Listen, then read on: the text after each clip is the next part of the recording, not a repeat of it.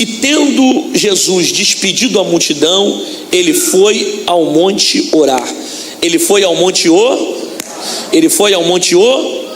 Perceba, nesse mesmo dia, Jesus multiplicou pães. Nesse mesmo dia, Jesus se despediu da multidão. Nesse mesmo dia, Jesus foi ao monte orar. Se Jesus, que é Jesus, encontra o tempo de orar, quem é você para dizer que não tem tempo para oração? Eu vou repetir isso aqui. Se Jesus, que é Jesus, encontra o tempo para orar, quem sou eu e você para dizer que não tenho tempo para oração? Olhe para alguém perto de você e diga: pare de dar desculpas para a oração. Pare de dar desculpas para a oração, porque se Jesus encontrou tempo para orar, você também consegue encontrar. O teu problema nunca foi falta de tempo, o teu problema é falta de prioridade. Porque quando Jesus for a sua prioridade, você já acorda de joelho e você já dorme de joelho.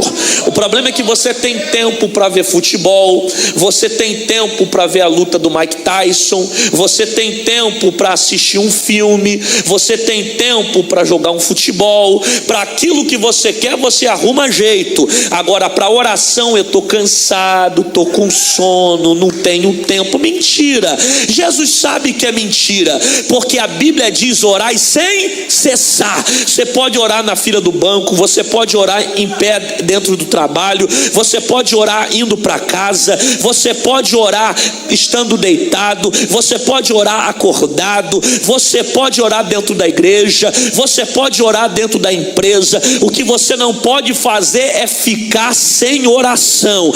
É melhor orar aqui, que está tudo bem, você está cheirosinho, está com perfume Doce Cabana, do que estar dentro de uma tempestade, não ter para onde olhar e ter que dobrar o joelho para orar. Ou você ora por bem, ou a tempestade vai chegar para fazer o teu joelho se dobrar.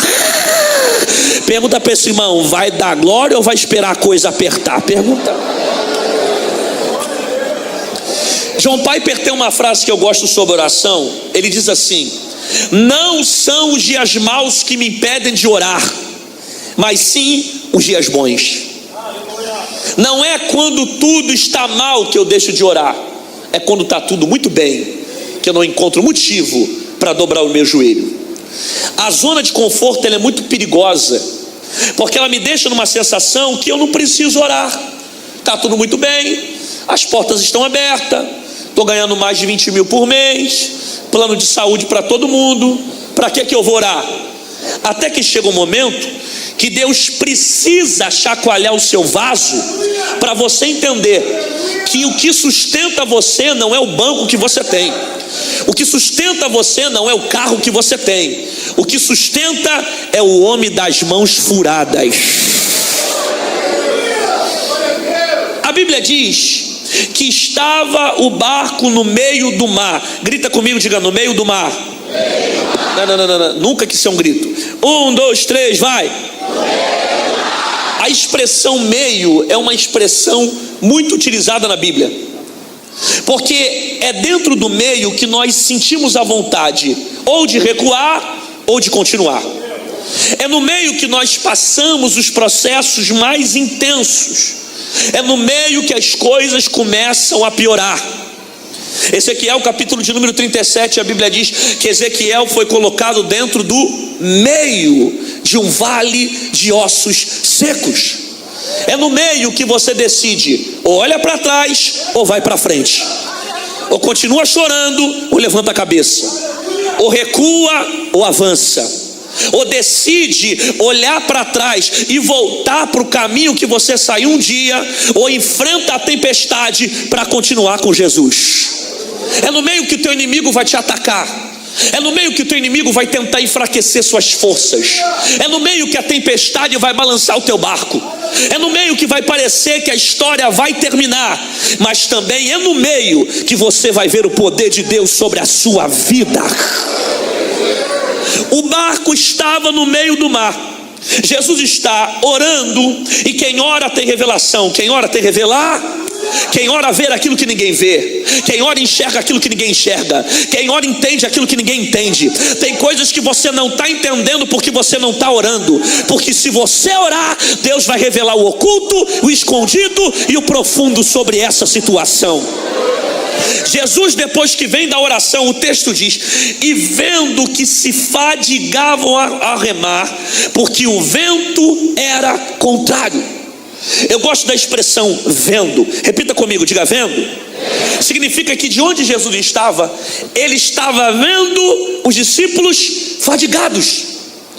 Jesus está vendo que os discípulos estão cansados. Jesus está vendo o esforço dos discípulos, porque o texto diz que os ventos eram contrários. Eles estão remando diante de ventos contrários. É como fazer força e não sair do lugar. É como fazer força e não conseguir se mexer, sair. Talvez eu esteja pregando para alguém que esteja passando por isso. Está batendo em muitas portas, mas não sai do lugar. Está fazendo força e o barco não balança. Está caminhando e não vê resposta. Vem para a igreja, faz campanha, faz propósito e não vê nada acontecer. Até que chega o ponto de você cansar. Porque a Bíblia diz que os discípulos estavam cansados. Só que Jesus não está ausente dentro dessa tempestade. Os olhos deles estão vendo.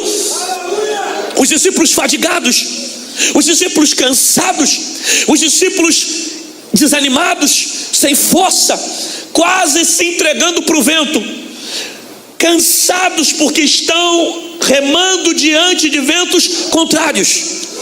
Talvez você está remando diante de ventos contrários. Você está fazendo força e até agora não saiu do lugar. Você está lutando e não vê resposta. Quanto mais ora, menos você vê as coisas melhorar. Quanto mais busca, mais aumenta a sua guerra. E você está dizendo: Senhor, será que eu vou afundar no meio da tempestade? Eu tenho uma palavra boa para te dar. Jesus está chegando aí. Catuca alguém perto de você e diga: Jesus já está chegando. Diz: Jesus já está chegando. E como é que Jesus chega? Jesus chega dentro de um navio? Não. Jesus chega dentro de um jet ski? Não. Como é que ele vem? Ele vem na contramão, andando sobre as águas. Alguém está dizendo: Jesus está andando, está vindo devagar. Você que pensa, Jesus andando é mais rápido do que você dentro de um avião.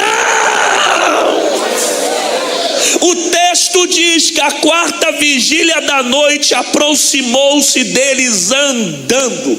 Isso aqui é interessante, porque a quarta vigília da noite está falando sobre horário. 3 horas da manhã. No 3 você repete: 1, 2, 3, vai. 3 horas da manhã. Que horas que Jesus está andando? 3 horas.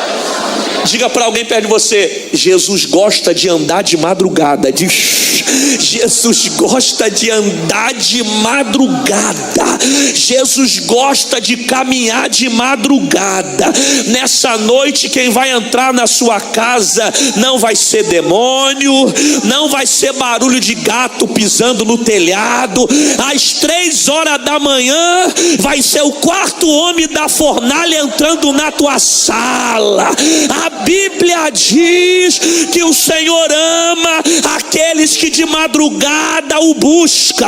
Você vai encontrar, porque aquele que pede recebe, aquele que bate na porta, a porta se abre, aquele que busca encontra. Enquanto tem gente 3 horas da manhã enchendo a cara de cachaça, bebendo cerveja, o baile começando a pegar fogo, ainda tem uma geração de joelho 3 horas dizendo: entra na minha casa.